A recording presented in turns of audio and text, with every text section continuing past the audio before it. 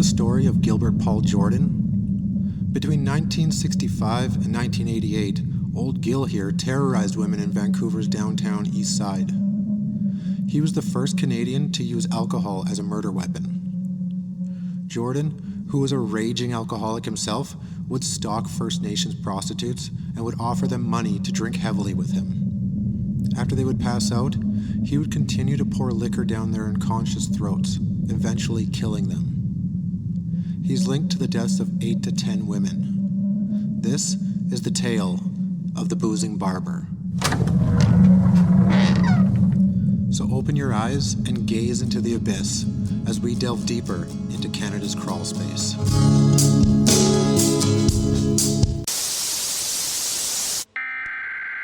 We interrupt our program to bring you this important message. Breaking news, a school shooting with reports of multiple fatalities, this time in Santa Fe, Texas. 20 to 24 people dead. At least 59 now dead.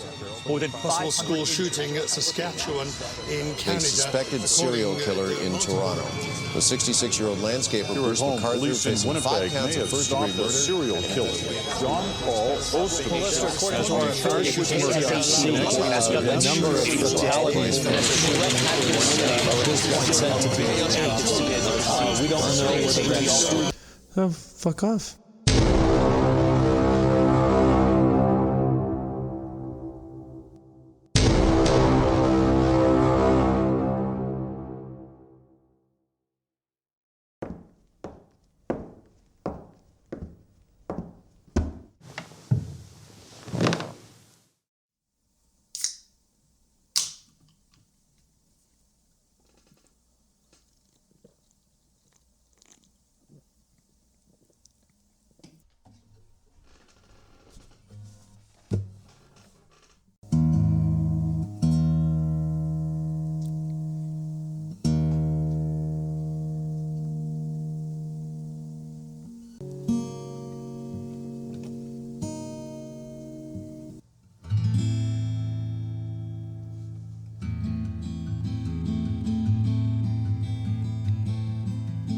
His name is Gilbert.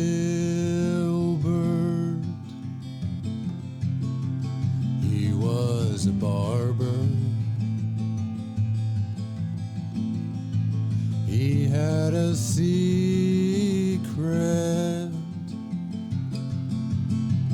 monster.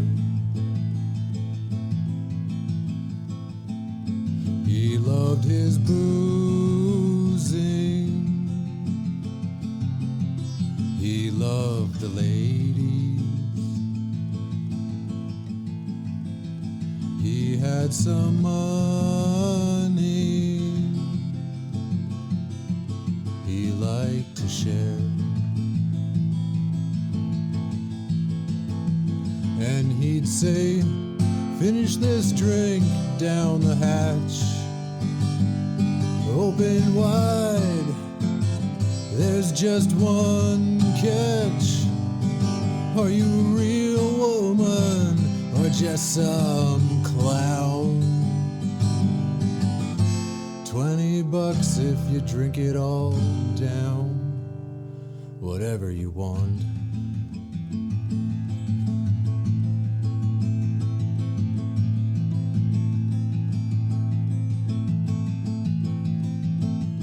He'd cut your hair, probably cut your neck.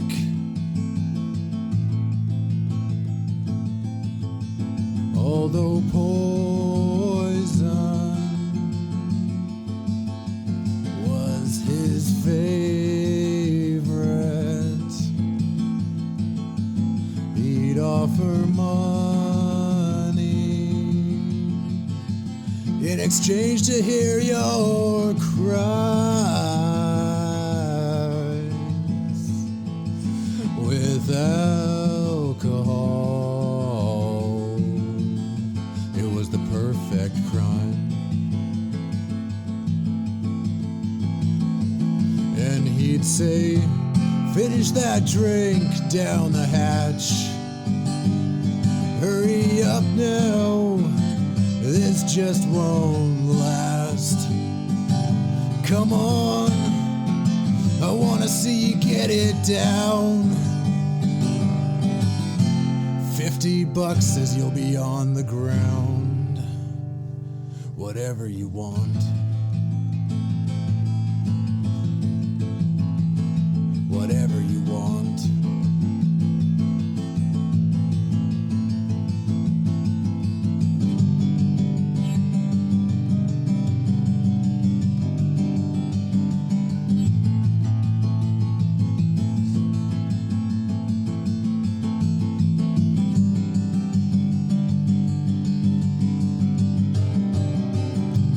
He turned hotel rooms into crime scenes as the barber took control.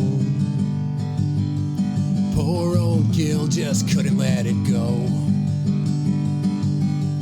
10 women lost their lives for the boozing barber's wicked crimes. And he'd say, you need another drink, down the hatch. Right down, hooray, the pain won't last. Down the hatch, baby, you get it right down. 10, 20, 50, oh, who fucking cares? Whatever you want. Whatever you want. Whatever you want.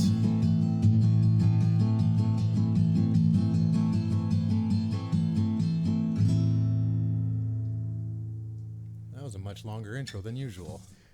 This is all Hank screenshot here, and I want you to buy my steak sauce. What the fuck? Whatever you want. Whatever you want.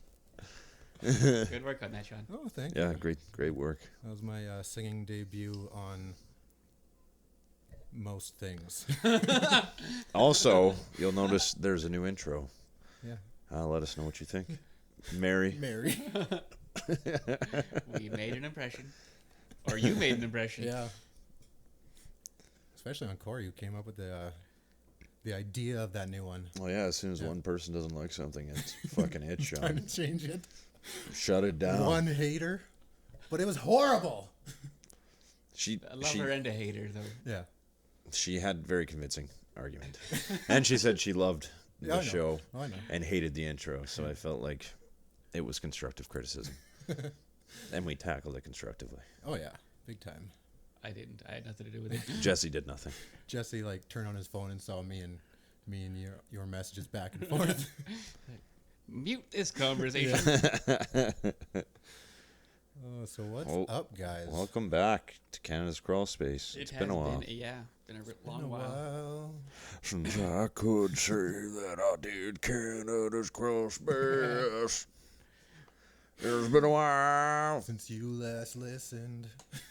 Welcome back, you fucks. But feel free to listen over and over again. Yeah. Multiple listens are good. So obviously this is a little bit of a musical episode. We're all feeling a little musically inclined because, as soon as I found out he was a barber, I was like, well, I love Sweeney Todd, so now I'm going to write songs for this. Guaranteed there's at least one more musical number in here, and you won't know it until it hits you. There's a couple more songs. And you will feel. One actual, yeah, never mind. You'll hear it. You'll hear it. And these are all new to me, too, so. Yeah. Well, I guess I'll hear them before you will, but you'll hear them at the same time I am hearing them in a way. More importantly, let's talk about Tim Hortons. Dun, dun, dun. From 13th most reputable Canadian company to 65th. And I would like to think that we are in large part responsible for that. You're welcome. Thank you for voting with your money, with your actual opinions. And your taste buds. So with your votes. Yeah, I was just gonna say, how does that drop? Is it customer complaints? 25,000 Canadians were basically asked their opinions on these companies, and Tim Hortons fucking shit the bed hard. and dropped. I'll get Tim Hortons anytime as long as I don't want to go anywhere else first. Well, I mean, with all the major somewhere else complaints, the big drop in quality, basically when Tim Hortons sold out, McDonald's, I think, bought up their old supplier. Yeah, they lost their beans. And then so Tim Hortons coffee itself took a dive, while their food quality took a dive, because it's all about the dollar at that point. You did this to yourself, Tim Hortons. You did. Fuck. You were asking for it. Yeah. And now it's just besmirching a Canadian legend's name. It'd be like making a fucking opening a brothel and calling it Gord Downey, and then giving that is instantly who popped into my mind. Yeah, like, he's gonna bring up Gord Downey, and then giving everybody somebody. AIDS. Yeah. And then everybody dies of AIDS that goes to the brothel, and then everybody's like, "That's the worst fucking brothel ever." The Gord Downey brothel. You are going to a brothel. Is the worst. And it's like, fuck, like, it's a Gord Downey brothel. You should be proud of that. You should. Is it in Bob Cajun? Well, sure. Did you guys just hear a dog barking? I did. From where? That was a great question. Oh, you guys talk. Maybe it's from the window. It's living in the microphone. it's the ghost of Tim Horton. It's Jack Skellington's ghost dog trapped in the machine. Tying it back to musicals. I was actually, you know what I was going to do originally? Coming back. I wanted to redo the lyrics to This Is Halloween for that opening song. And put it all about Gilbert Paul Jordan here. That would have made sense. It would have been great. But I couldn't. I didn't know if I could take the music and do that. Yeah. Necessarily. That's probably for that one. not. But I mean, it's not like we get like 600 listeners at peak. I don't think Tim Burton's going to be one of them, or any of his people, or Danny Elfman. That's now. This is a year from now when we have 6,000. Do you think anybody ever called Tim Burton Tim Dog? Oh, fuck, guaranteed. After he made Frankenweenie, for sure. Yeah, definitely. His wife. Are they still married? I think Helena so. Bonham Carter and I'm kind of in love with her. Really? Yeah. Why? Because she was so weird in Fight Club, and then again in as Bellatrix Lestrange in Harry Potter. Yeah. She does it for me. We're Harry Potter fans. Yeah? Are Nerds. I've seen Harry Potter. I've seen Harry Potter. I've seen all the Harry Potters, actually. Oh, okay. I wouldn't call myself a fan, but I do know things. I have Snape's silhouette hanging above my fireplace. I thought that was a First Nations chief. Yeah, me too. No. Honestly, I did too. That's Snape? That's Snape. And then it's got Lily. It's got her Patronus. Yeah, it's got her Patronus in his head, and it says always underneath. What the fuck? So that's not a chief? No, it's Alan Rickman. Oh, dear God. Alan. I have a good story about Alan. You know, Alan Rickman. Rickman played the Sheriff of Nottingham in Robin Hood. Yep. And he did such a great job that Kevin Costner complained, and they had to cut Alan Rickman's screen time so that he didn't outshine Kevin Costner in his role. Yeah. So jelly. At least it wasn't a spoon. And he did do a great job in that film. Much better than Kevin Costner. And why would you even get mad at that? If somebody's out acting you, you're fucking Robin Hood. You are still the star. Are the movie. You're the movie, but you're just a guy that goes around fucking robbing from the rich and giving to the poor. The Sheriff of Nottingham has much more character development. I mean, what can you do with Robin Hood aside from being like, I had a troubled past. I am now stealing. Sheriff of Nottingham, he's like, I'm an alcoholic and I hate myself. And I had to work my way up to this position. Yeah, exactly. I have a whole life in this business. So fuck you, Kevin Costner. I have a whole life. I cannot do an Alan Rickman. Kevin Costner, you were great in Waterworld, though. Everybody hates Waterworld. I did not hate Waterworld. It was boring as fuck, but... I can't say I hate it, but I can't say I like it either. You could have done better, but you did as... Did you know they made a Waterworld video game? And it was just as bad as the movie, if not worse? No.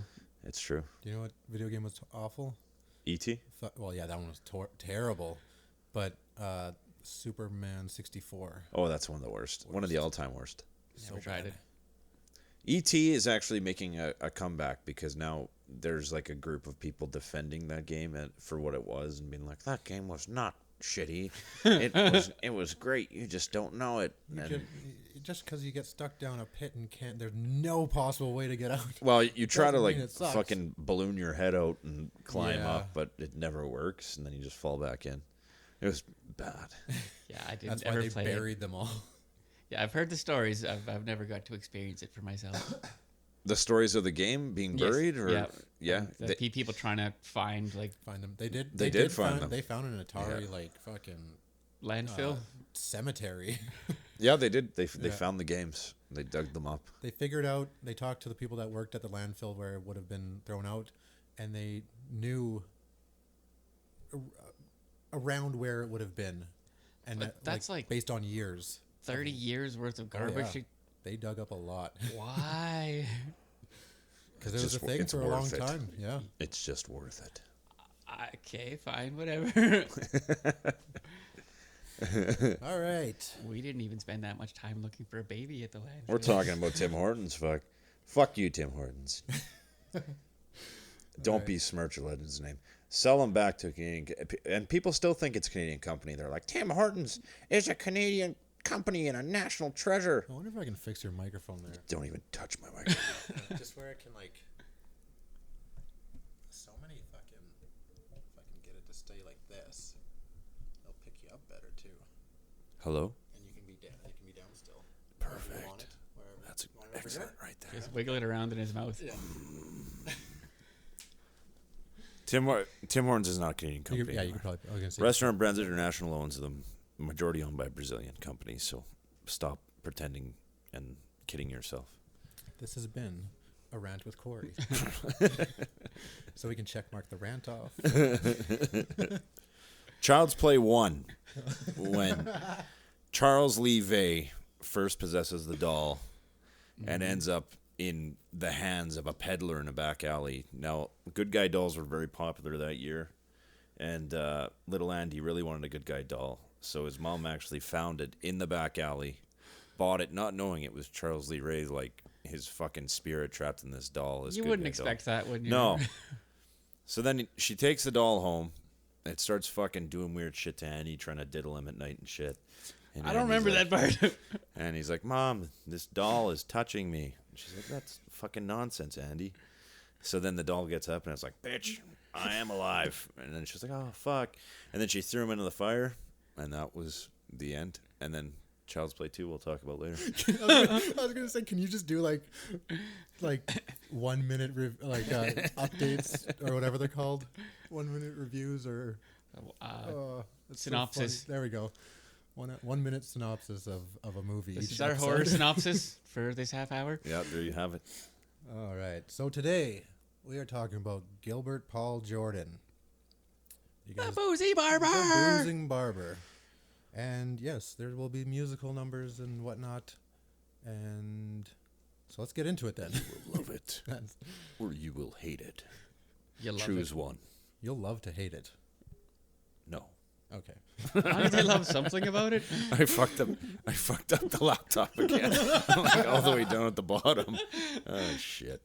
Literally in my text message, I hope Corey has a better time this time. I'm good now. Okay. All right. So Gilbert Paul Jordan was born Gilbert Paul Elsie on December 12th, 1931. Growing up, he had other names other than Boozing Barber. Oh. He was known as Chub or Chubby due to him being short and stocky. Ah, chubby. Could have been an MC. MC Chub? NC Chub. No, not MC. A motorcycle club. Oh, gotcha. With their very original nicknames Yeah. for each other. Like pervert. Yeah. Gilbert Chubby Jordan. That sounds wrong. All right. He dropped out of high school at 16 and was already considered an alcoholic at that age. By the time he was 16, he was still only in the 8th grade. Holy shit. He was in the 8th grade when he dropped out. And so, yeah, he... I'm really happy you do research on these things too, because I just got the bare bones. here to help. Yeah. By 16, he was drinking 3 bottles of vodka a day. He was a shy, withdrawn, and antisocial boy from his early to teen years. And he had problems making friends as a teenager, which is not surprising. Yeah, not surprising, seeing as you're an alcoholic. And I'm surprised.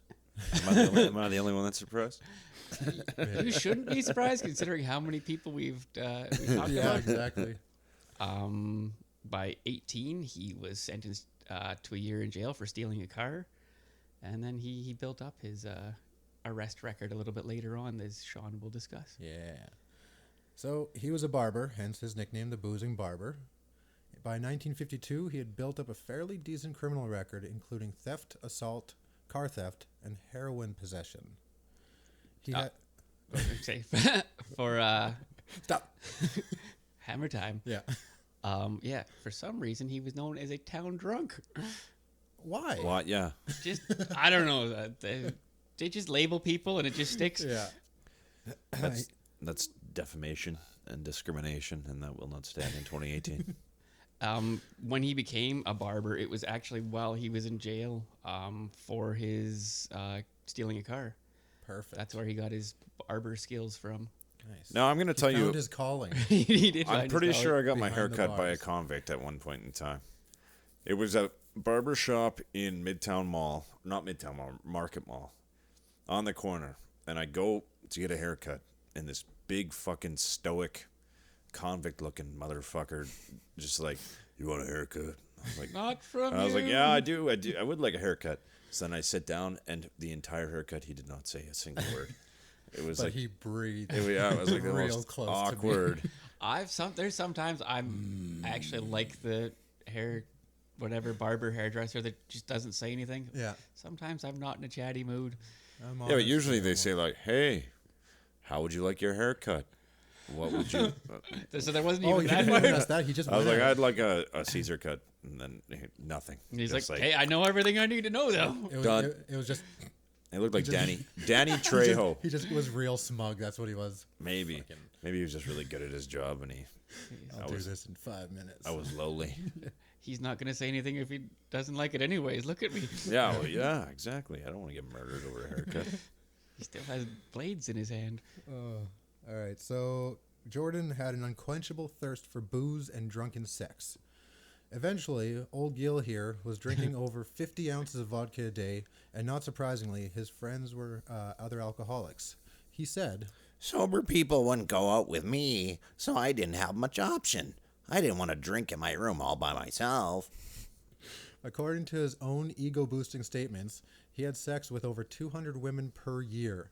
And obviously, just by looking at him, you would understand that the majority, if not all these women, were prostitutes in and around the dive bars in Vancouver. Have we posted a picture of him?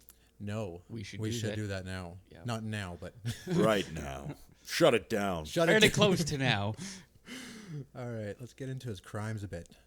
In 1961, police found him with a five-year-old First Nations girl in his car. He was charged with abduction, but was never convicted. The case ended in a stay of proceedings in May of 1961. Shortly after Christmas Day that year, drunk and depressed, Old Gil took himself over... I'm going to call him Old Gil a lot, just so you guys know. I love it. Yeah. Old Gil took himself over to the Lions Gate Bridge and threatened to jump. He halted traffic in both directions until he gave up the attempt. Soon afterward, he was found in contempt of court in North Vancouver for giving the old Nazi salute in the old courtroom. Nazi salute. The old Nazi salute in the courtroom. In 1963, Jordan was charged with rape and theft after he lured two women into his car with an invitation to drink. This is when it started. He was convicted on the theft charge, but acquitted of rape. Shows you where the priorities are there. I think my rant was pretty on the ball for these things. Not long after this, Old Gil progressed from raping and paying for sex to murder, which would lead to his nickname, the Boozing Barber. And now, for your ears' enjoyment, we have a musical number. An interlude, if you will. Hey, cutie, I've had such an off week, but seeing you just turns me on. Look, buddy, $20 for 15 minutes, 50 for a half hour. Couldn't I just pay you 2 installments of 15 minutes? Could, but I get a lot more accomplished in a half hour. Listen, baby, I'm a barber. How's about a free trim and dye? Trim and eye dye? Oh, no, nothing like that. I've never turned down a free haircut for an HJ. You got booze? Do I have booze? Come a little closer, honey. Let me tell you about it through song. Bet you never thought your pants could be filled with so much of your pee. So drunk that you can barely see. Is it a man that's kissing me? 'Cause I've got a 2-6 of Smirnoff. I've got a chunk of your vomit in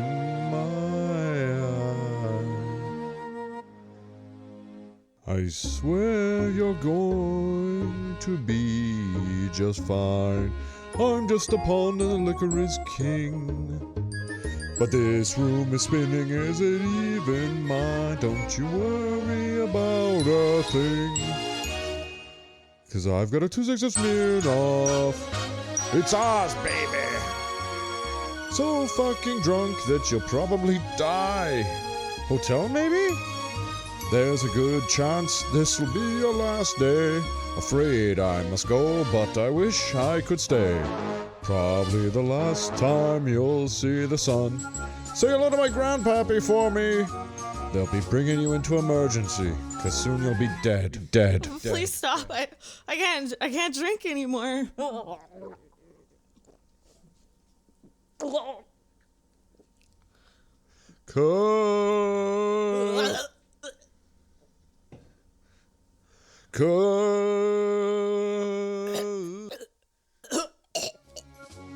And now I must run. 'Cause I've got a 2-6 of Smirnoff. One more victim, surely an accident, they'll say. And with a 2-6 of Smirnoff.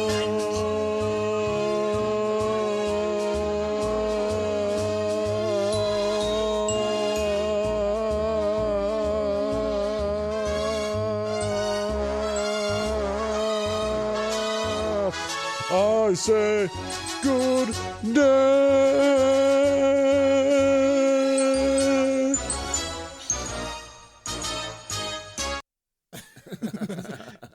Amazing. This musical number from the mind of Corey.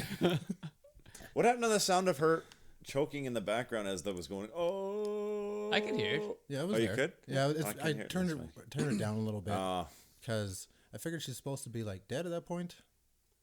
But then I brought it back up right near the ending too. Again, I just can't get over that. It goes on for so long. He obviously wasn't the one choking. Yeah, thank you to Lauren there. And she can sing. She hit that note there. Yeah. Thank you, Miss Delvine. Mrs. Delvine, I guess. Great job. All right, so the first victim of Old Gil, Ivy Rees Doreen Oswald was Rose? Ivy Rose? Yep. That's what I said.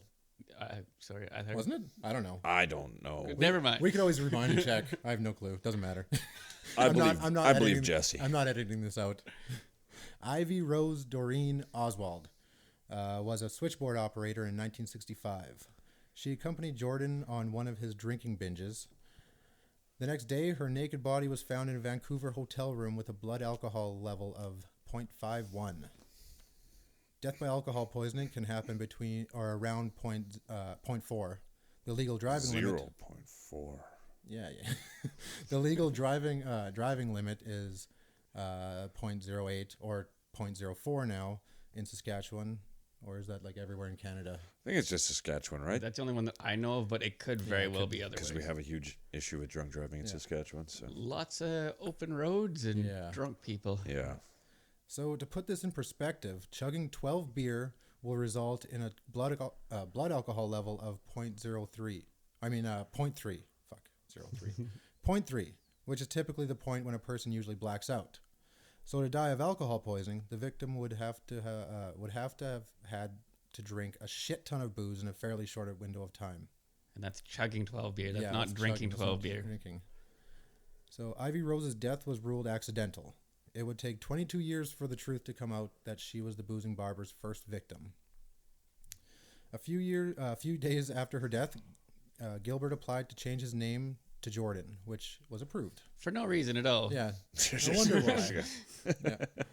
Old Gill's criminal charges and convictions for drunk driving steadily grew. In 1969, he was charged twice on the same day. That's impressive. It is. Some of his other criminal charges around these times were, in 1971, Vancouver, committing an indecent act in a public place. I wonder if that had to do with the prostitute again. Probably. But luckily for him, the charge was dismissed. He gets away with so much in this. In 1973, again in Vancouver, convicted of indecent exposure. He's got the worm out, using it as lure. Yeah. And in 1974, in Prince George, BC, convicted of indecent assault and sentenced to 2 years less a day. I love the less a day. Yeah. What does that exactly mean? Less a day? 2 years. Somebody get less back to us on that. 1 day. The Crown tried to have Jordan declared a dangerous offender in 1974, but his lawyer intervened and the request was denied, which put the boozing barber back on the streets in 1975. Back on the streets in 75. That didn't rhyme. I thought it did. For some reason it sounded like it rhymed in my head. He immediately went back to his old ways, and this time he abducted a woman from a mental institution. Police charged him on several counts, including kidnapping and sexual intercourse with a feeble-minded person. He was sentenced to 26 months for assault. When Jordan was released from prison, he again let the barber out to play. He murdered several women over the next 6 years. Mary Johnson. Oh, you'll have some information on one of them, right? And actually, it's Mary Johnson. Oh, right perfect. Here. So yeah, you just go with that one then. Okay, well, this is Mary Johnson was a residential school survivor. She was a mom, and yeah, she was murdered by Johnson.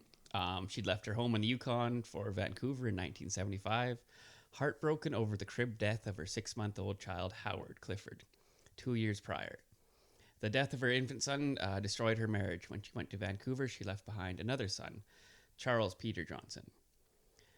For 7 years, Mary Johnson lived in the streets of Vancouver on the downtown east side until July 1982, when she was found lying face down on a foam mattress inside a barber shop owned by the serial killer Gilbert Paul Jordan. There was no justice for my sister-in-law, said Frances Newman. Sorry, Corey. During her Son of a bitch. During her testimony to the inquiry. He wasn't even charged, and she was the fourth one to die in this man's company. Police never found Johnson's family after her death, and she was buried in a section of Vancouver's Mountain View Cemetery known as Potter's Field, because it was reserved for those who died alone and were unclaimed. Her family never knew what happened to her until 1988, when Newman, who was living in Vancouver, saw a photograph of her in a newspaper article about missing women. Newman then contacted the police, saying that the woman pictured in the newspaper was her sister-in-law. And crazy. Yeah, her son actually never managed to come to grips with the loss of his mother and died of an overdose in Vancouver's downtown east side. So the tragedy just sort of compounded. Kind of resulted in more. Mary Johnson's blood alcohol level was 0.34. Barbara Paul, September 11th, 1981, at the Glenard Hotel with a blood alcohol level of 0.41. Mary Johns, July 30th, in his barber shop on Kingsway Avenue with a blood alcohol level. Okay, I screwed that up. Mary Johns and Mary Johnson. I screwed that up. Oh, Mary Johns was what I was talking about. I know. I was gonna say something about the what's it called? The date being different than what I have written down. Yeah, because I thought I just auto-corrected it wrong, and it went from Johns to Johnson on my thing. Sometimes your in-depth research has more accurate. Sometimes it has its limits too, huh, Jesse? No, I'm gonna say my word program. You sat here quietly for like so long, and then just suddenly. All right, so I'll go back to Mary Johnson, who died November 30th, 1980, at the Alimer Hotel with a blood alcohol level of 0.34. Mary Johns was murdered at his barbershop with a blood alcohol level of 0.76. That's not like yeah, and it gets even higher with some of the people. Would it even be possible to hit a blood alcohol level of 0.76 while you're still conscious? No, would you be able to potentially like. Is it 0.31 or whatever you said? 0.3 is when you'll start to black out. Or Yeah, whatever. say 0.4 is when it gets dangerous. Say you fucking like you have like a bottle of moonshine and you just tap into it. You just fucking chug the entire thing in like 3 seconds. You might Would you be dead? You'd be dead just like this. Or at least get to the point where you pass out and black out. And like their tolerance levels would have something to do with this too. But yeah, like 0.76. That's you have to think like when you pass out from drinking, it's got to be your body's defense mechanisms. Like we can't do anymore. Yeah, but so I mean, like we're can be blackout drunk and still. I know that's functioning. what I mean. Blackout. Yeah. So if you pass out, that's like the ultimate. And yet these were ruled accidental for a long time. It was like, oh yeah, totally normal, 0.76. We see that all the time. Well, originally, like I think I get into what happened with the women at the at his barber shop. But if it doesn't in here, I will go into that then. Which one am I at now? Patricia Thomas. December 15th, 1984, in the barbershop with a blood alcohol of 0.51. Oh yeah, here's where, right then. I'm like, Jordan reported these deaths in his shop and after consulting his lawyer, escaped investigation. The coroner ruled all 3 deaths accidental alcohol poisoning at his shop. They just like being drunk at my shop. He's the one that called. I can't stop them. The lock doesn't work on my door. I swear they're drinking my antiseptic when I turn around. So they were all known alcoholics and prostitutes who were at high risk for such a fate anyways, like drinking too much or dying. Patricia Andrew, June 28th, 1985, again in the shop on Kingsway Avenue with a blood alcohol level of 0.79. Kicked it up a notch. Yeah, and Vera Harry, November 19th, 1986, at the Clifton Hotel with a blood alcohol level of 0.04 is what it said. So how did she die? Maybe just choking. Yeah, it could have been. Yeah, it didn't. I couldn't find any other information on it. Maybe I should have sent that name to you, and maybe you could have found something. Well, I mean, a 0.04 is like what you're allowed to drive. Yeah, that's like 2 beers under. Yeah. Well. Yeah, well, I mean, 0.4 and 0.04. Is it 0.4 or is it 0.04? It said 0.04. Because maybe they transpose the 0 in the point. Could be, yeah. Because, I mean, at 0.4, you could potentially die I suppose. So it could have been 0.4. Yeah. I don't know. We'll have to look into that more. Jordan came under investigation in 1987. On October 11th, he spent the night drinking with Vanessa Lee Buckner. Now, there's a bit of debate regarding this victim. Some sources say she was a white woman, not a heavy drinker, and not a prostitute. However, in official court records, the description of her death went, Miss Buckner died as a result of Jordan, quote, hey, you want to, this would be like... You're damn right I do. It's just I've been waiting for this. Okay, so I got to do my best report impression. Sure, yeah. That'll be good. Supplying a lethal amount of liquor to a female alcoholic who died as a result. Vanessa Buckner had recently lost custody of her newborn baby, who had been born with a drug dependency. So she obviously had some issues with addiction. Her naked body was found on the floor at the seedy Niagara Hotel in Vancouver. Over the course of the night, Jordan left several times to buy booze. At 6 a.m. on October 12th, he left the hotel for the last time. At 7:40, police received an anonymous phone call. Vanessa Buckner was 26 years old and found to have a blood alcohol level of a staggering 0.91, more than twice the amount needed to kill someone. That is fucking insane. Yeah. During his trials, the court would hear how Jordan poisoned her by continually pouring alcohol down her throat after she had passed out. There was a thing that I found in regards to that. It also said that he raped them as they were dying. Oh, yeah. Which is just makes it far more worse. Yeah. They heard about how he sexually assaulted her and how he left her to die as black fluid oozed out of her mouth and nose.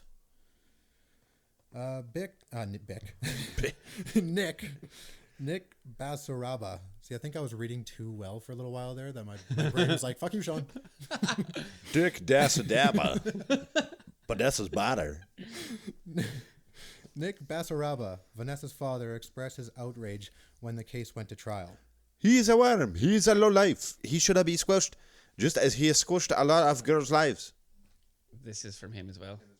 He poisons them first, and then he has a sex with them. No parent should ever have to go through this. I've never done Italian. Yeah. Didn't work very well. A month after Buckner's death, another woman named Edna Shade was found dead in another hotel. Jordan's fingerprints were found and linked to Vanessa Bruckner's death. Oh yeah, Bruckner. After being questioned, Jordan was not charged with any crime relating to her death.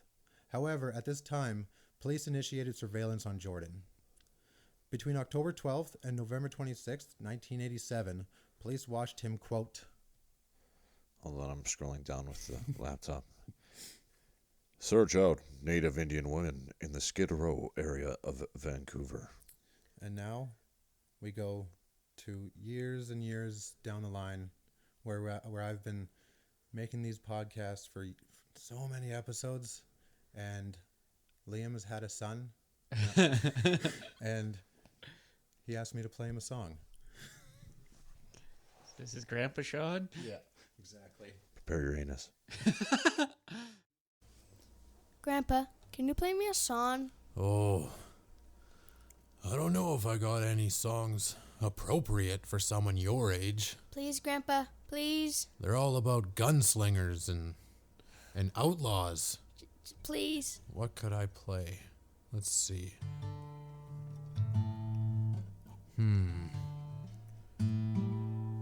I got a song about a barber. Okay. You want to hear that one? Yeah. All right. It goes like this.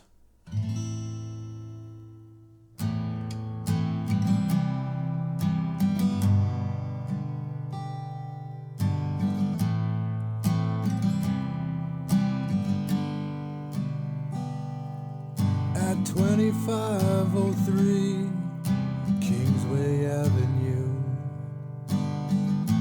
lies a shop home to a barber. Though old Gil was balding, he sure was cool. But a demon inside he did harbor. He had victims before, but Mary didn't know. As she entered the shop with the barber, and they drank so much booze that when Mary passed out, old Gil, he forced himself upon her. And they'd call it a mistake, she just drank herself to death. With a smirk on his face and a secret in his chest, old Gil would just walk away.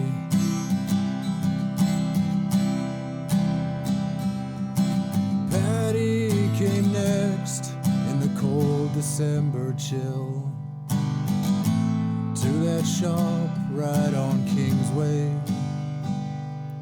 Old Gil offered booze, and when Mary blacked out, he poured more and more and more down her throat.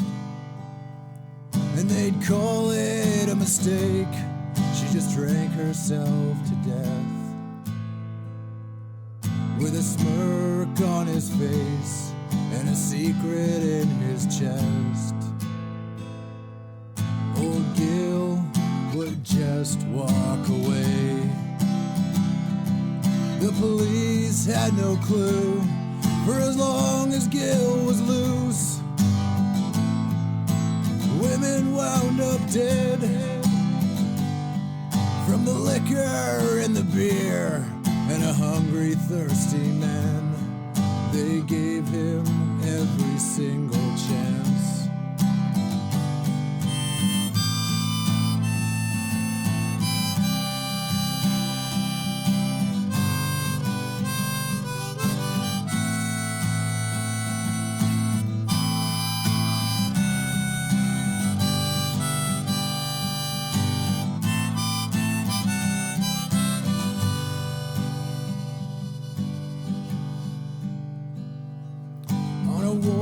summer night in June of '85, old Gil found his next victim. Patricia was pretty, though a hard-knock life she lived. Her eyes said the city streets weren't friendly. In that old barber shop, the booze got out of hand, and Patricia lost her life to the promise of money. Yeah, Patricia lost her life to money. And they'd call it a mistake. She just drank herself to death, with a smirk on his face and a secret in his chest.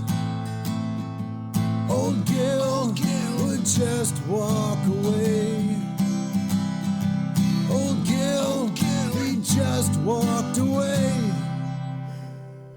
The song is still inappropriate for however old that grandson is. Grandpa, what the fuck? Yeah, pretty much. Perfect song for a child. Teach him about how harsh the world can be, and they'll pretty protect much. themselves. Watch out for barbers. You thought you were worried about dentists, be worried about barbers. Yeah. Never go near ultra cuts, young man. All right. On 4 different occasions, the police rescued women involved before they too became victims of the boozing barber. Rosemary Wilson on November 20th, 1987, at the Balmoral Hotel with a blood alcohol level of 0.52. Verna Chartrand. I feel like Chartrand's been a name that we've mentioned before. There's a lot of Chartrands in Canada, I think. Yeah, I think it's quite popular. And they might almost get murdered or get murdered, because we've talked about Chartrands before. Verna Chartrand, November 21st, at the Pacific Hotel with a blood alcohol level of 0.43. Sheila Joe, November 25th, at the Rainbow Hotel with an unknown blood alcohol level. Don't know why. And Mabel... Because it's unknown. Yeah, it's just unknown. And Mabel Olson on November 26th, 1987, at the Pacific Hotel. Again, unknown blood alcohol level. That's 2 people back to back. Well, that's 4 people in a week. Yeah, I just noticed that. As I'm reading it again, I'm like, holy shit! I'm going back up, and I'm like, oh yeah, that was shit. Well, that's a day differential between 2, and then a day differential between the other 2, but 3 days in between each. So. Yeah, that is crazy. He was getting real cocky. Well, he just liked to fucking drink, and he liked to pay prostitutes to drink with him and then kill them. What if he just thought like that they were dead, and so to make it even more, he just starts pouring liquor down their throats. He's like, oh my god. What am I gonna do? When someone passes out, he's like, oh no, he's dead. So you're saying if he kept fucking drinking with like, them, I gotta make it look like they're really drunk. Maybe his CPR skills need to brush up. Yeah, really. Instead of CPR, he just starts shoving alcohol down their throat. This helps me. It'll help you. Yeah. Oh god. According to court records, police who were listening in on what old Gil was up to in those hotel rooms with these 4 women say they heard Jordan say things like, have a drink. Down the hatch, baby. $20 if you drink it right down. See if you're a real woman. Finish that drink. Down the hatch. Hurry. Right now. You need another drink. I'll give you $50 if you can take it. I'll give you $10, $20, $50, whatever you want. Come on, I want to see you get it all down. You get it right now. I'll give you the $50 and $13. I'll give you the $50. I told you that. If you finish that, I'll give you $75. Finish your drink. I'll give you $20. Jesus. I still can't believe they had to rescue 4 women in a week. Well, and then, think after the first one, it'd be like, and then taking you to jail. Yeah, he was still wandering around doing it. Maybe they were like off, like getting coffee or something like that. Oh shit, he's at it again. What'd they do? Just like knock on the door? Hey, Gilbert. That's what I want to know. Are you killing a woman in there? No, everything's fine. We're just drinking in here. Okay, bring her out, Gilbert. I know she's gonna die. Oh, shucks. Okay. You got me. Give us the woman, Gilbert. Go lay in bed. Give us and they just let him go. Yeah. Go lay down, Gil. Go to your room, Gilbert. And you think like he would be suspicious after the first one, and then especially the second one. The second one, yeah. Like, I maybe watched. How'd they know? Yeah, that's so fucked up. This is the second day in a row you guys have shown up. This is just weird. You have his name down, or his voice down. It's been 3 days. The cops ain't coming back. Oh, she had to knock at the door. Hold on. Hey, old Gil, I'm here. We can hear you. Oh, no, how'd they hear me? Are you a wizard? Would you like a drink? Oh, shit. So the similar fact evidence about what he would say to the women was important in the 1988 trial. So how was old Gil caught? Well, the boozing barber was arrested as he was poisoning his last attempted victim, Mabel Olson. He had drank so much that she had drank so much that she lost consciousness, and when police entered the room, Jordan was lying on top of her, forcing vodka down her throat. Investigators were able to link Gilbert to at least 10 deaths, but could only charge him in 7. I got a quote here for Corey from. Perfect. This is what he said during the trial about the ladies that he was with. Move in the laptop. They were all on their last legs. I didn't give a damn who I was with. They were all dying sooner or later. Jesus. Just everybody's like almost dying to him. Well, yeah, that's what you were saying. Well, I feel like shit all the time, and everybody else must too. He was tried before a judge alone, and Justice Book, I don't know, found Gilbert Paul Jordan guilty of manslaughter in the death of Vanessa Bruckner. So I'm assuming they didn't have as much on him as they thought, even after catching him attempting to kill 4 people. Yeah, it's weird, isn't it? There must be some more information out there, maybe in files. I don't know. It's just the Canadian justice system for you. Yeah. So he was sentenced to 15 years in prison, but that was reduced to 9 when he won his appeal. How the fuck you win an appeal? I don't know. Well, because it's only manslaughter, right? Well, I know, but I'm not even surprised. That's just that's just our justice system. He ended up only serving 6 years on the manslaughter conviction. Well, that's good behavior. He cut everybody's hair and it was all good. Yeah. It's just fucking crazy to me that a known serial killer, like the cops knew he was a serial killer. They caught him 4 fucking red-handed. 4 days in 1 week. He was trying to kill somebody. Charged, convicted, and back on the street after serving not even half his original sentence. He was just sharing his booze, guys. I wonder if he made some like really terrible like toilet wine or something like that in prison. Oh, fuck, guaranteed. He would probably need it because like extreme alcoholism for so long. Like, as soon as he got in prison, he started like collecting his piss because he knew the last thing he drank was a bunch of booze. He's probably fucking sucking buttholes trying to get drunk on E. coli. Buttholes? I don't know if that's how it works. Trying to ferment E. coli. Ferment. I like Sean's idea better. Sucking buttholes. When he was released, he was placed on probation, which restricted him to Vancouver Island, which was more than fair. But old Gil here, he just couldn't stay away from being a shitty human being. And in June of 2000, he was charged with sexual assault, negligence, causing bodily harm, and administering a noxious substance, which was alcohol. Does that mean he was administering it into himself, or they caught him up to his old tricks of shoving it down a woman's throat? I would say the woman's throat part. Yeah, it could be both too, though, I guess, because he was supposed to stay away from alcohol. But that would be a breach of probation. That wouldn't be administering an oxy. Oh, yeah, I guess. Yeah, administering. True. Good eye. Good ears. Here for you, Sean. In 2000, Jordan attempted to change his name to Paul Pierce. That's just, to me, that sounds like a PI from the 40s. The fucking guy's changing his name more times than P. Diddy. I'm Paul Pierce, Private Eye. What was my original name? That is my original name. At this time, a name change in British Columbia did not require fingerprinting or a criminal check. After that loophole was closed, he dropped the application. I believe it was because of his application is why they changed it. Good stuff. Like, we made this shit way too easy for people.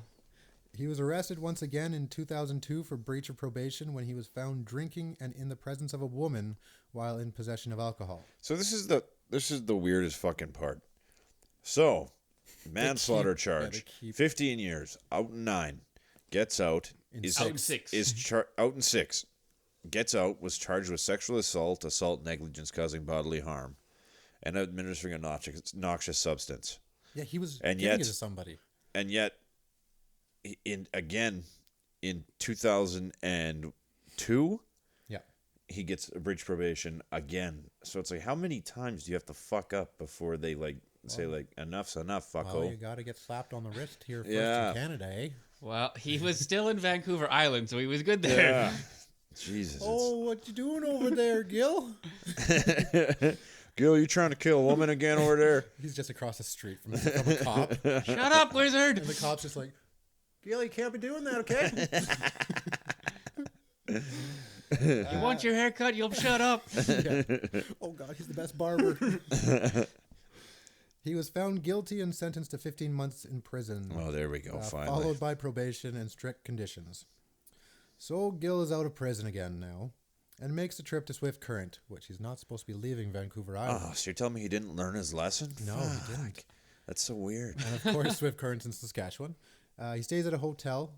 While staying there, on August 9th, 2004, Gilbert meets Barb Berkeley. Barb was a long-term resident of this particular hotel, and she had a serious drinking problem. She was taken to the hospital by her friend Kathy Waddington, who worked at the hotel, after she found Barb in a very rough condition. Kathy had seen her partying with Jordan. Well, rough condition is better than dead. Yeah. And so he was arrested in Winnipeg after Kathy identified Jordan as being there. All right. So we got him, right? Yes. Yes, we do. Nope. Oh, fuck. He was acquitted of those charges in 2005. Just luckiest dude in the world. Well, it's not even lucky. It's like... What is it? It's gross negligence on the court's part. Yeah, it's just our justice system, again, over and over again. He's only got, 10 slaps on the wrist so far. You know, he could learn his lesson on this next one. I bet you he doesn't try to kill anybody. They're all laying bets down. I'll bet you $50 that he doesn't try to kill someone again. Or they're just trying to see what blood alcohol level he can get him up to. Yeah. Maybe. So upon his release, the Saanich Police Department issued a public warning on February 3rd, 2005, which read, Jordan Gilbert Paul, age 73, 73. is the subject of this alert. Jordan is 175 centimeters, 5 foot 9 inches, and weighs 79 kilograms, 174 pounds. He is partially bald with gray hair and a gray goatee. He has blue eyes and wears glasses. Jordan is currently in the Victoria area but has no fixed address. Jordan has a significant criminal record, including manslaughter and indecent assault of a female. He uses alcohol to lure his victims. Jordan's target victim group is adult females. Jordan is subject to court-ordered conditions, including abstain absolutely from the consumption of alcohol, not to be in the company of any female person or persons in any place where alcohol is being either consumed or possessed by that person or persons. If you observe the subject in violation of any of the above conditions, please call the Saanich Police Department 911 or your local agency. I think I might want to put some breaking news stuff behind that part. I love it. Back to Danny Trejo. He's 73 years old, I believe. And he still looks like he could kill me. someone. Yeah. He beat all of us up at once.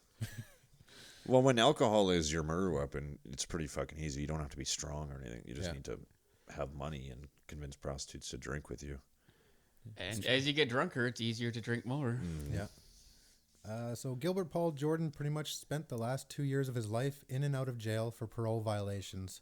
And on July 7th, 2006, in Victoria, British Columbia, old Gil would take his final breath. As a free man. As a free man, yeah. And thus ends the tale of the boozing barber. You should. And thus ends the tale of the boozing barber. Yeah. So, how was he in and out of jail? Parole violations. I don't know why they didn't just decide. Well, to keep that's him. exactly just in. Yeah. You just stay here. Stay in. I enjoyed researching and doing everything for this case. I finished everything, but I was working on one last song that could tie everything together. But I wanted it to be a musical number like yours, with a song that everybody would know. Yeah. So if I can figure that out tonight or tomorrow, this should be up at least by tomorrow night or Tuesday. If I do get some inspiration somewhere tonight for this song, yeah. Yes. Yeah. We have to decide where we're going to explore next as well. Oh yeah. We'll leave that. There was that. Didn't Tacos Nachos send us the crossbow guy? Yeah, there was that one. There's also. We've done nothing but men. You want to head towards a female? There was that. Interesting. The nurse? No. I'm gonna Google it right now. Let's not say too much to the folks. Well, we haven't said much of anything at all. Don't let them know. It could be a male. It could be a female. It could be a horse. Could be a cat. That would make it in real drag. interesting. Okay, I think I found a cat in drag. Cheyenne Rose Antoine. Nobody heard that. Pleads Cheyenne Rose Antoine pleads guilty in Canadian court to manslaughter of Brittany Gargle. Oh yes, she ended Sean up killing mentioned her that friend. last week. Actually. Oh yeah. Well, and then there's we could and in the future do one about the teenager. She got her boyfriend to kill her parents for her. Yeah. All sorts of options. So I mean, this one's more recent, so there should be quite a bit of stuff out there on it. And if not, maybe we can throw in another short one in there too. You know. Well, I'm down with tackling that one. We should be able to tackle that one. I think we should be able to find enough stuff to at least talk about. Yes. First of all, I want to give a shout out to True North Crime Podcast. Is that what it's called? Yep. Yeah. Yeah, they messaged us on Instagram there. And then I listened to the first 2 episodes. And it's like My Favorite Murder, which is the super popular one. But I enjoy this one more because it's more close to home. Well, that makes sense. And I'm not a big fan of My Favorite Murder either. I've only listened to like 6 episodes, and I'm just like, I can't get into it. This one, I'm looking forward to listening to the third, and then the next one that comes out too. Sweet. Yeah. Good for you, ladies. Good job, ladies. I have yet to. I will. Don't worry. Corey doesn't listen to too many podcasts. He doesn't even listen to ours. I do on occasion. Yeah. When I have the time. I listen to them for 9 hours a day. Yeah. All day at work. Yeah. I wish. I can't. I think I'm subscribed to 100 Really? podcasts. Fuck. And I'm behind in like 90% of them. That's Well, nonsense. you should be. Yeah. Follow us on Instagram, Canada's Crawlspace. At Canada's_Crawlspace. And Facebook at Canada's Crawlspace. Yeah. SoundCloud, Canada's Crawlspace. iTunes, just search Canada's Crawlspace. Canada's Crawlspace everywhere that you get podcasts and whatnot. Give us a rate Stitcher. and a review. Google Play. Give us a 5-star rating. That'd be nice. Rate, review, subscribe. If you have a product that you are selling and you would like us to help you sell it for money, We'll do it. Like fucking booze. Or just booze. Just give Yeah, them booze. contact us. This at- one really works for that. Is the Boozy Barber one? And then if people start like giving us suggestions for like a beer, we could like bring that up and bring in like a little section where we talk about the beer. Yeah, as long as they're willing to pay for it, for sure. Well, we can start it ourselves. We can get the ball rolling. But we would prefer if you would pay for it. Message us on I like Facebook that if you want to give us every money. episode we do, it ends with us begging for money. Well, yeah, we still haven't gotten any money. It's not working out. Dollar Shave Club. Let me just do Dollar Shave it. I'm gonna do a fucking trial run, and this is free. This is free. Welcome everybody I got a pretty to good beginning Canada's Crawlspace. For Dollar Shave Hey, Club, actually. shh, you're ruining it. Have you heard an ad for? Yes, I'm Okay, ready. good, I'm good, ready. good. Okay. Welcome everybody to Canada's Crawlspace. First, a word from our sponsors. Do you have shitty facial hair you don't like? Is your butthole incredibly hairy, but your razors are too goddamn expensive? Well, Dollar Shave Club offers the Shit and Shave Kit for $5. Just buy that online and they'll send you the razors and you can shave your face and ass. Shave your face first. No.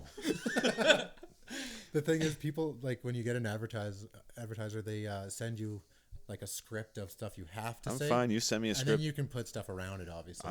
I'm perfectly fine with that. I don't know if it's Harry's or Dollar Shave Club, but for a long time on the podcast that I was listening to that they were sponsoring, you'd always hear, "Do you hate going to the store and having to get some nerdy kid to open up the fucking the lock for blade you? case? Why the hell did they put it behind glass?"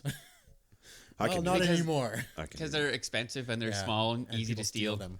Instead of putting it behind glass, let's put it into a box and send it to your house. And then They have their open own the factory in box. Germany. They do have their own factory in Germany. They have their own factory in Germany. The There you most go, Dollar Shave Club. high-quality razors in the world. I'm gonna hashtag Titanium with diamond casing. The most intense razors you'll ever see. And there's a 6 blades on each. There's a dragon on the blade. You will be blinded by the razors themselves if you look at them in the sunlight. $1 Dollar Shave Club. Please. Brought to you by Harry's. Boom. Finished it. You see how good we are? Just fucking, throw us some money and I'll fucking make your wildest dreams come true. We also want MeUndies. Undies? That would be MeUndies. I'm down with them. awesome. Yeah, send us like Honestly, MeUndies, I learned about them from If I Were You podcast with Jake and Amir, and then I bought some using their promo code, and they are the most comfortable underwear I've ever had. I really want a My Fucking Pillow, love so them. if My Pillow could get in contact with us, and Lisa send- Mattress. I don't even. I just want. They make pillows too now. I want the pillow, the My Pillow. Casper. 10-year warranty on My Pillow. Did you know that? Why? The only pillow with a 10-year warranty, Sean. I'm still using a pillow. As a former crackhead that came up with my pillow. Huh? It makes sense. Yeah, They probably had to use the pillow for 10 years anyways. They were like, oh, wait, this is It better be a good one. Right here. Yeah. I got to create a pillow that lasts 10 years. Next week's episode, I'm just going to do sponsorships the entire episode and hope that one sticks and somebody's like, oh, okay, we'll pay you for that. Sure. So in closing, do you want to give a little synopsis of Child's Play 2? Child's Play 2? I was actually going to go right in that direction. Child's Play 2. Wait. Andy. Let's give our personal stuff too. If you want to follow me on Instagram, I'm at Seinfeld. I'm at Hank Hill's ass. I'm Echo Side, or am I 13 Echo Side? I think you're 13 Echo Side. And so yeah, until next time. Here's the synopsis of Child's Play 2. Andy gets sent to a foster home because his mom goes fucking crazy after she burns Chucky, or Charles Lee Ray. So Andy's in this foster home. A good guy doll shows up at the foster home. It's a real good guy doll. It's not Chucky. But then Chucky fucking shows up. He finds his way Gets there. jealous. He kills the other good guy doll, buries it underneath the swing set, goes where the other good guy doll was, and then he starts fucking trying to suck out Andy's soul. In the middle of the night, Andy wakes up, freaked the fuck out, knocks Chucky down, goes, grabs a knife. Fucking Chucky stabs the dad to death. They think maybe it was Andy. Andy's all fucked up. And then Andy runs away. A woman chases Andy. Chucky chases the woman and Andy. Chucky gets hit by the car by the woman. They go into a toy factory. Chucky gets his fucking legs crushed. And then fucking Chucky gets melted down into plastic. And Andy lives happily ever after till part 3 when he doesn't. Yeah. So why does Charles Lee Ray need Andy? He needs to get out of the doll's body. Yeah, and but he's why does running he out of need time. Andy, though? Because Andy's a cunt. And he needs to have a cunt's body. Like, you would think he would just, wherever you come back to life, just find the nearest person there. I think he just really hates Andy at that point. Probably. He's just like, I really want Andy's body. Yeah.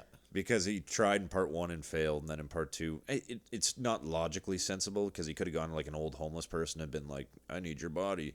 And the like homeless guy would have been like, oh, fuck, okay, whatever. And the doll's talking to me. Yeah. But no, he goes for Andy. He goes for Andy not once, not twice, but 3 times. Mm-hmm. And then Child's Play gets really fucked up, and they go into like Bride of Chucky, Seed of Chucky. Bride of Chucky has a good soundtrack, though. Fucking Yeah. that new one they just did where it's like the spawn Cult of Chucky? Seed of Cult of Chucky or Seed something. of Cult of Chucky. The cult of the Seed of Chucky. It got really convoluted really fast. Like everything after Child's Play 3 is Jason X in the Chuckyverse. Leprechaun in space, if you will. It's nonsense. It's absolute Leprechaun nonsense. in the hood. Well, that Jason X was Jason in space. Oh, that's what I'm thinking of. Well, yeah. There was no Leprechaun in space? Leprechaun was in space too. Oh, okay. He was. Okay. Yeah. Leprechaun in the Hood. Leprechaun in the Hood 2. Leprechaun went into fucking space. There was a Leprechaun in the Hood 2? Yeah. There was Leprechaun 2, Leprechaun 3. Leprechaun 3, and then Leprechaun in the Hood? Leprechaun in the Hood 2. Jesus. I'm so far behind on this shit. Oh, it's fucked. Right, everybody. Send us your money. Bye. Try to stay alive till next time.